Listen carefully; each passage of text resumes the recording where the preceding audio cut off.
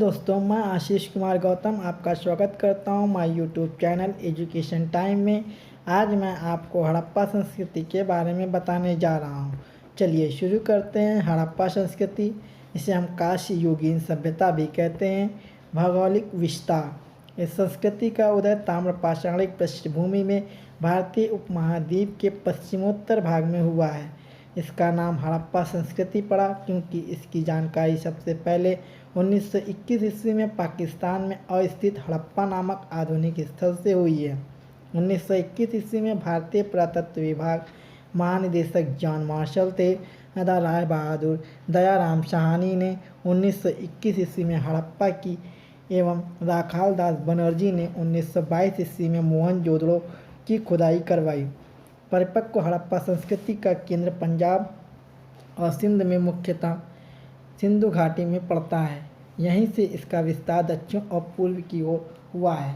हड़प्पा संस्कृति के अंतर्गत पंजाब, सिंध और बलूचिस्तान के भाग ही नहीं बल्कि गुजरात, राजस्थान, हरियाणा, पश्चिमी उत्तर प्रदेश के सीमांत भाग भी थे।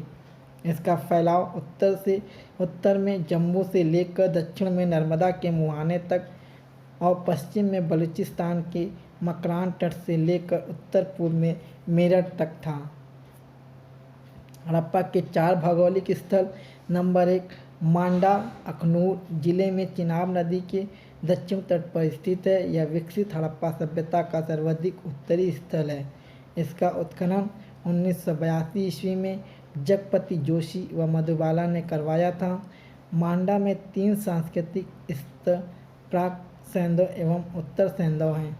नंबर 2, आलमगीरपुर मेरठ जिले में हिंडन नदी यमुना की सहायक के तट पर इस स्थल की खोज 1958 ईस्वी में भारत सेवक समाज संस्था द्वारा की गई थी।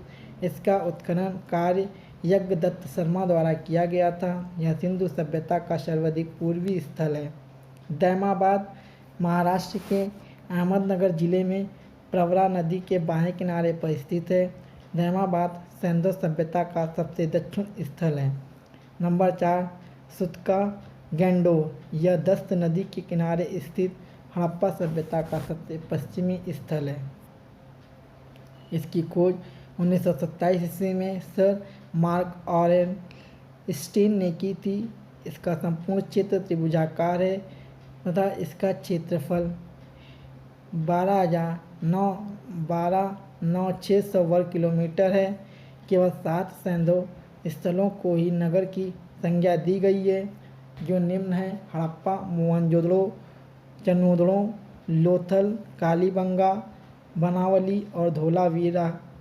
पंजाब में हड़प्पा और सिंध में मोहनजोदड़ो अर्थात प्रेतों का टीला दोनों पाकिस्तान में पड़ते हैं। दोनों एक दूसरे से 483 किलोमीटर दूर स्थित थे तथा सिंधु नदी द्वारा जुड़े हुए थे। नगर योजना और संरचनाएं। हड़प्पा संस्कृति की प्रमुख विशेषता इसकी नगर योजना प्रणाली थी। हड़प्पा और मोहनजोदड़ो दोनों नगरों के अपने अपने दुर्ग थे। नगरों में भवनों के बारे में विशिष्ट बात यह थी कि ये जाल ग्रिड की तरह व्यवस्थित थे। सड़कें एक दूसरे को समकोण बनाते हुए काटती थीं और नगर अनेक खंडों में विभक्त थे। घरों का निर्माण एक सीधा में सड़कों के किनारे व्यवस्थित रूप में किया जाता था। दरवाजे गलियां या सहायक सड़कों की ओर खुलते थे। भवन 2 मंजिले भी थे। घरों में कई कमरे, रसोई घर, स्नान घर तथा बीच में आंगन की व्यवस्था थी। मोहनजोदड़ो का सबसे महत्वपूर्ण सार्वजनिक स्थल विशाल स्नानागार है। यह 11.88 मीटर लंबा और 7.01 मीटर गहरा है। दोनों सिरों पर तल तक सीढ़ियाँ बनी हुई हैं। स्नानागार फर्श की पक्की ईंटों का बना है एवं इसके मध्य में स्नान कुंड स्थित था। इस विशाल स्नानागार का प्रयोग सार्वजनिक रूप से धर्मानुष्ठान संबंधी स्नान के लिए होता था। जॉन मार्शल ने विशाल स्नानागार को विश्व का आश्चर्यजनक निर्माण बताया था। यह जल पूजा का एकमात्र साक्ष्य था। मोहनजोदड़ो में एक अन्नागार भी मिला है जो 45.71 मीटर लंबा और 15.23 मीटर चौड़ा है। हड़प्पा के दुर्ग में 6 अन्नागार मिले हैं जो ईंटों के बने चबूतरों पर 2 पंक्तियों में खड़े हैं। प्रत्येक अन्नागार 15.23 मीटर लंबा और 6.09 मीटर चौड़ा है। मोहनजोदड़ो की जल निकास प्रणाली अद्भुत थी। लगभग सभी नगरों के प्रत्येक छोटे या बड़े मकान में प्रगण और स्नानागार होते थे। कालीबंगा के अनेक घरों में अपने अपने कुएं थे। घरों का पानी बहकर सड़कों तक आता था, जहां इनके नीचे मोरियां बनी हुई थी। ये मोरियां ईंटों और पत्थरों की सिल्लियों से ढकी रहती थीं। सड़कों की इन मोरियों में नरमोखे या मैनहोल भी बने थे। कृषि। सिंधु प्रदेश में वर्तमान में पहले की अपेक्षा बहुत ही कम वर्षा होती थी। यहाँ के समृद्ध देहातों और शहरों को देखने से ज्ञात होता है कि प्राचीन काल में यह प्रदेश अत्यधिक उपजाऊ था। गांव की रक्षा के लिए खड़ी की गई पक्की ईंटों की दीवारों से स्पष्ट होता है कि बाढ़ प्रत्येक वर्ष आती थी। सिंधु सभ्यता के लोग बाढ़ उतर जाने पर नवंबर के महीने में बाढ़ वाले मैदानों में बीज बो देते थे और अगली बाढ़ के आने से पहले अप्रैल महीने में गेहूं और जौ की फसल काट लेते थे। कालीबंगा में प्राक हड़प्पा काल के जो कूड़े हल रेखा देखे गए हैं, उनसे अनुमान लगाया जाता है कि हड़प्पा काल में राजस्थान में हल जोते जाते थे। सिंधु सभ्यता के लिए गेहूं, जौ, राई, मटर आदि अनाज पैदा करते थे। वे 2 किस्म का गेहूं और जौ उगाते थे। इसके अलावा वे तिल और सरसों भी उपजाते थे। सबसे पहले कपास पैदा करने का श्रेय सिंधु सभ्यता के लोगों को जाता है, जो कि कपास का उत्पादन सबसे पहले सिंधु क्षेत्र में हुआ, इसलिए यूनान के लोग इसे सिंडन कहने लगे। चावल के उत्पादन के साक्ष्य लोथल और रंगपुर में मिले हैं। गन्ना का कोई साक्ष्य नहीं मिला है। लोथल एवं सौराष्ट्र से बाजरे की खेती एवं रोजदी गुजरात में से रागी के विषय में साक्ष्य मिले हैं। सिंधुवासी हल के प्रयोग से परिचित थे।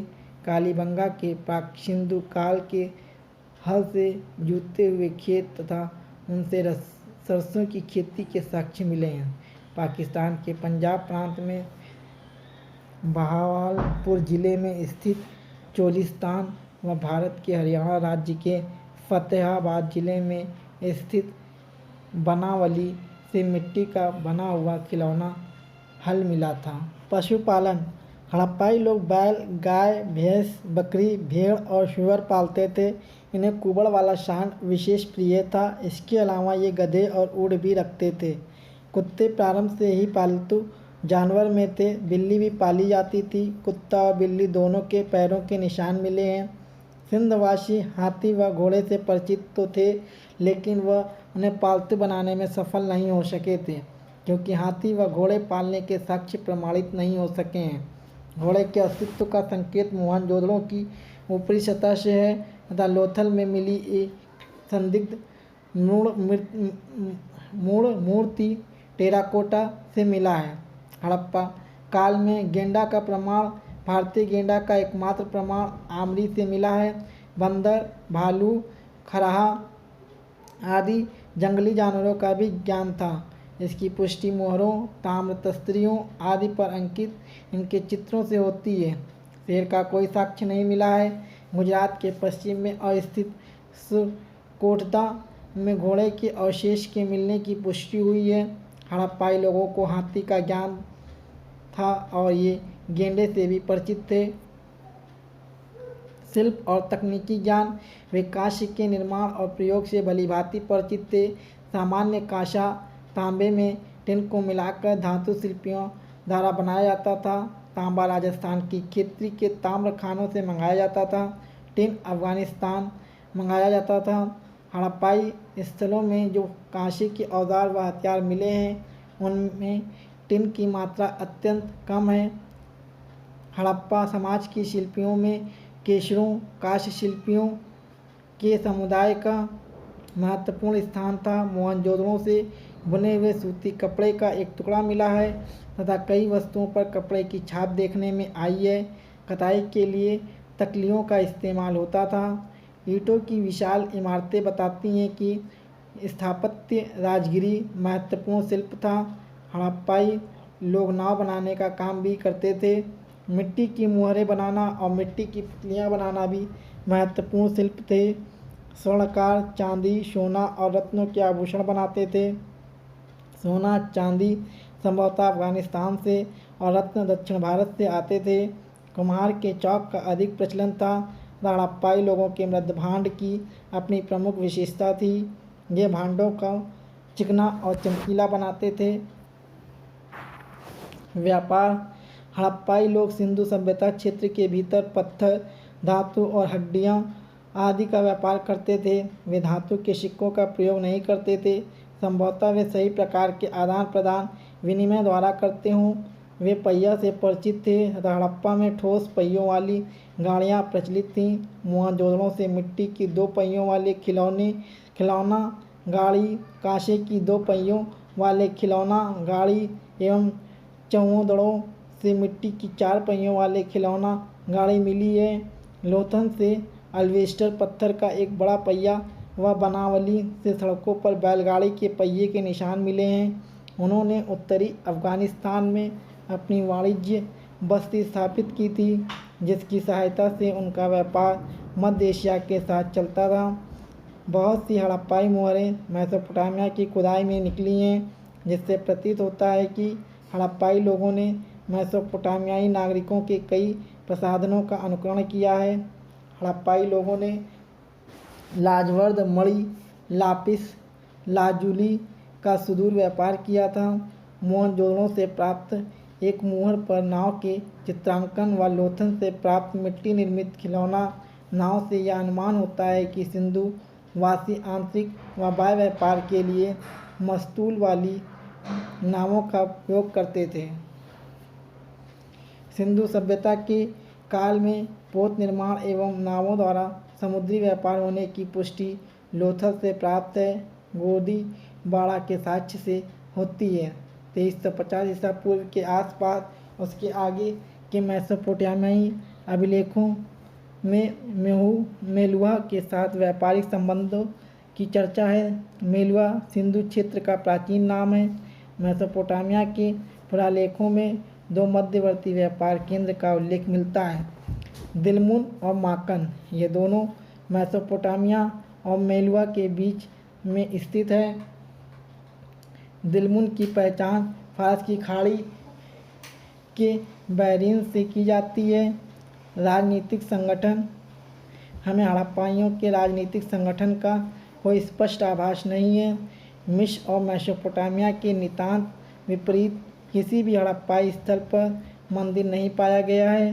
सिंधु सभ्यता में अस्त्र शस्त्र का अभाव है।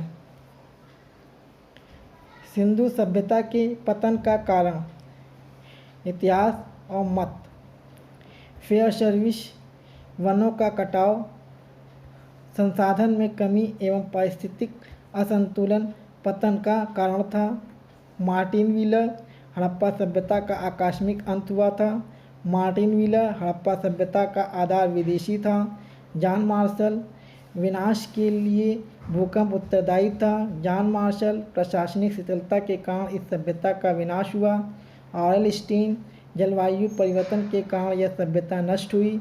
अर्नेस्ट मेके व जॉन मार्शल, सिंधु सभ्यता के बाढ़ के कारण नष्ट हुई। M.R. साहनी, भूतात्विक परिवर्तन के कारण यह सभ्यता नष्ट हुई। राइक्स व डेलस D.D. कोसाम्बी, मोहनजोदड़ो के लोगों की आग लगाकर हत्या कर दी गई। गार्डन चाइल्ड व हीलर, सिंधु सभ्यता विदेशी आक्रमण व आर्यों के आक्रमण से नष्ट हुई। प्रमुख आयातित कच्चा माल, कम संख्या कच्चा माल क्षेत्र। Number 1 tin, Afghanistan Iran. Number 2 तांबा, खेतड़ी राजस्थान बलूचिस्तान। नंबर 3 चांदी, ईरान अफगानिस्तान। नंबर 4 सोना, अफगानिस्तान फारस दक्षिण भारत। नंबर 5 लाजवर्द, मेसोपोटामिया अफगानिस्तान। नंबर 6 तेल खाड़ी, बलूचिस्तान राजस्थान गुजरात। नंबर 7 नीलरत्न मणि, बदगसा अफगानिस्तान। नंबर 8 नीलमणि, महाराष्ट्र दक्षिण भारत। नंबर 9 हस्तिमणि दक्षिण एशिया। नंबर 10 शंख कौड़िया सौराष्ट्र दक्षिण भारत। नंबर 11 शीशा ईरान अफगानिस्तान राजस्थान। नंबर 12 शिलाजीत हिमालय क्षेत्र। धार्मिक प्रथाएं हड़प्पा में पक्की मिट्टी की स्त्री मूर्तियां भारी संख्या में मिली हैं। एक मूर्ति में स्त्री के गर्भ से निकलता पौधा दिखाया गया है। यह संभवतः पृथ्वी देवी की प्रतिमा है और इसका निकट संबंध पौधे के जन्म और वृद्धि से रहा होगा। सिंधु घाटी के पुरुष देवता की एक मुहर पर चित्रित किया गया है। उसके सिर पर 3 सींग है। इसमें एक योगी को ध्यान मुद्रा में एक टांग पर दूसरी टांग रखकर बैठे हुए पद्मासन लगाए दिखाया गया है। उसके चारों ओर एक हाथी, एक बाघ, एक गेंडा है। आसन के नीचे एक भैंसा है तथा पांवों पर 2 हिरण हैं। मुहर पर चित्रित देवताओं को पशुपति महादेव बतलाया जाता है। सिंधु सभ्यता में लिंग पूजा का भी प्रचलन पाते हैं, जो कालांतर में शिव की पूजा से गहन रूप से जुड़ गई थी। हड़प्पा में पत्थर पर बने लिंग और योनि के अनेक प्रतीक मिले हैं। वृक्षों और पशुओं की पूजा सिंधु क्षेत्र के लोग वृक्ष पूजा भी करते थे। एक मुहर सील पर पीपल की डालों के बीच विराजमान देवता चित्रित हैं। कई मुहरों पर पशुओं की आकृतियां अंकित हैं। इनमें सबसे महत्वपूर्ण है एक सींग वाला जानवर यूनिकॉर्न, जो गेंडा हो सकता है। उसके बाद कुबड़ वाला सांड है। सिंधु प्रदेश के निवासी वृक्ष, पशु और मानव के स्वरूप में देवताओं की पूजा करते थे, परंतु अपने इन देवताओं के लिए मंदिर नहीं बनाते थे। हड़प्पाई लोग ताबीज़ धारण करते थे। संभवतः हड़प्पाई लोग विश्वास करते थे कि भूत प्रेत उनका अनिष्ट कर सकते हैं और इसलिए उनसे बचने के लिए ताबीज़ पहनते थे। सैंधो नगरों की खुदाई में से किसी भी मंदिर के अवशेष नहीं मिले हैं। मोहनजोदड़ो से प्राप्त मुहर पर स्वास्तिक का अंकन सूर्य पूजा का प्रतीक माना जाता है। हिंदू धर्म में आज भी स्वास्तिक का अंकन सूर्य पूजा का प्रतीक माना जाता है। हिंदू धर्म में आज भी स्वास्तिक को पवित्र मांगलिक चिन्ह माना जाता है।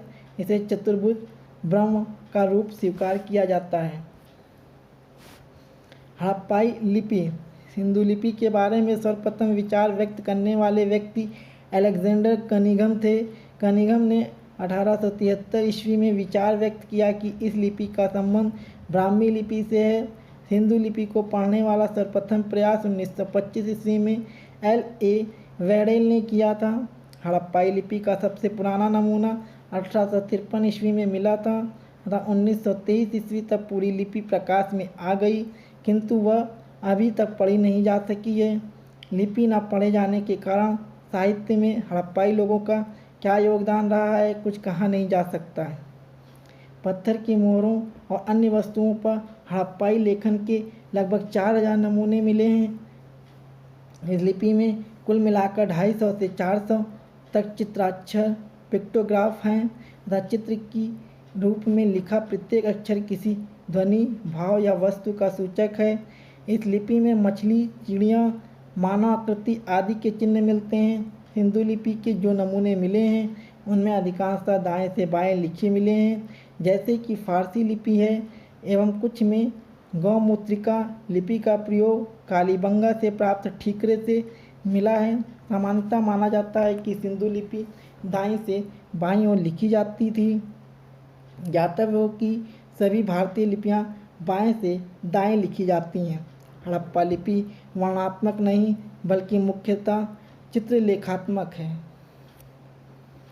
माप तौल बाट के रूप में मनके एवं जवाहरात की बहुत सी वस्तुएं पाई गई हैं, जिनसे प्रकट होता है कि तौल में 16 या उसके आवर्तकों का व्यवहार होता था, जैसे 16, 64, 160, 320, 640। हड़प्पाई लोग मापन भी जानते थे। ऐसे झंडे पाए गए हैं जिन पर माप के निशान लगे हुए हैं। इनमें एक झंडा कांसे का भी है। मृद भांड हड़प्पाई लोग कुम्हार के चाक पर उपयोग करने में अधिक कुशल थे। हड़प्पाई मृद भांड पर सामान्यतः व्रत या वृक्ष की आकृतियाँ मिलती हैं। मृदभांड अधिकांशतः लाल व गुलाबी रंग के थे। इन पर अलंकरण काले रंग से हुआ था। मृदभांडों पर सिंधु लिपि मिलती है। लोथल से प्राप्त मृदभांड में एक वृक्ष पर मुंह में मछली पकड़े हुए एक चिड़िया का दर्शाया गया है तथा नीचे एक लोमड़ी का चित्र है। यह पंचतंत्र की प्रसिद्ध कथा चालाक लोमड़ी को दर्शाता है। मुहरें हड़प्पा संस्कृति की सर्वोत्तम कलाकृति उसकी मुहरें हैं। अब तक लगभग 2000 मुहरें प्राप्त हुई हैं। मुहरों पर लघु लेख के साथ साथ एक संगी जानवर, भैंस, बाघ, बकरी और हाथी की आकृतियाँ उकेरी गई हैं। प्रतिमाएं कांसे की नर्तकी उनकी मूर्तिकला का सर्वश्रेष्ठ नमूना है। संपूर्ण मूर्तियां गले में पड़े हार के अलावा पूर्ण नग्न हैं। रण मूर्तियां सिंधु प्रदेश में अत्यधिक संख्या में आग में पकी मिट्टी जो टेराकोटा कहलाती है की बनी मूर्तियां मिलती हैं। इनमें पक्षी, कुत्ते, भेड़, गाय, बैल, बंदर की प्रतिकृतियां मिलती हैं। पुरुषों और स्त्रियों की प्रतिकृतियां भी मिली हैं, जिनमें पुरुषों से स्त्रियों की संख्या अधिक है। अंतिम संस्कार सिंधु सभ्यता में मृतकों के अंतिम संस्कार की 3 प्रथाएं मिलती हैं। नंबर 1 दाह संस्कार। इसमें शव को पूर्ण रूप से जलाने के बाद भस्म अवशेष को मिट्टी के पात्र में रखकर दफना दिया जाता था। हिंदू विधि में मिलती प्रथा यह सर्वप्रथम प्रथा थी। नंबर 2 पूर्ण समाधिकरण। इसमें संपूर्ण शव को भूमि में दफना दिया जाता था। नंबर 3 आंशिक समाधिकरण। इसमें पशुओं के खाने के बाद बचे शेष भाग को भूमि में दफना दिया जाता था। पारसी विधि से मिलती प्रथा। सामान्यतः मृतकों को उत्तर दक्षिण क्रम, सिर उत्तर की ओर और पैर दक्षिण की ओर में दफनाया जाता था। इसके अपवाद हड़प्पा व कालीबंगा में दक्षिण उत्तर क्रम में, लोथल में पूर्व पश्चिम क्रम में, रोपड़ में पश्चिम पूर्व क्रम में मृतकों को दफनाए जाने के प्रमाण मिले हैं। सामान्यतः एक कब्र में एक ही व्यक्ति को दफनाया जाता था, लेकिन कालीबंगा से एक और लोथल से 3 युग्म समाधिकरण समाधान मिले हैं, जिनमें एक कब्र में 2 मृतक दफनाए गए हैं। रोपड़ की कब्र से मालिक के साथ कुत्ते के दफनाए जाने के प्रमाण मिले हैं। लोथल की एक कब्र से मृतक के साथ बकरे को दफनाए जाने के प्रमाण मिले हैं। उद्भव, उत्थान और अवसान। परिपक्व हड़प्पा संस्कृति का अस्तित्व संभवतः 2250 ईसा पूर्व ईस्वी पूर्व से 1900 ईसा पूर्व के बीच रहा है। यह संस्कृति एक ही प्रकार के औजारों, हथियारों और घरों का प्रयोग करती रही हैं। मोहनजोदड़ो की मृदभांड कला में समय समय पर परिवर्तन भी दिखाई देते हैं। ईसा पूर्व 19वीं सदी में आकर इस संस्कृति के 2 महत्वपूर्ण नगर हड़प्पा और मोहनजोदड़ो लुप्त हो गए। अन्य स्थानों में हड़प्पा संस्कृति गुजरात, राजस्थान, हरियाणा और पश्चिम उत्तर प्रदेश के अपने सीमांत क्षेत्रों में लंबे समय तक जीवित रही। संभवतः सिंधु क्षेत्र में वर्षा की मात्रा 3000 ईसा पूर्व के आसपास कुछ बढ़ी और पुनः ईसा पूर्व दूसरी शताब्दी के आरंभ में कम हो गई। इससे खेती और पशुपालन पर दुष्प्रभाव पड़ा। कुछ लोगों का मत है कि पड़ोस के रेगिस्तान के फैलने से मिट्टी में लवणता बढ़ गई और उर्वरता घटती गई, इसी से सिंधु सभ्यता का पतन हो गया। दूसरा मत यह है कि ज़मीन धंस गई या ऊपर उठ गई, जिससे इसमें बाढ़ का पानी जमा हो गया।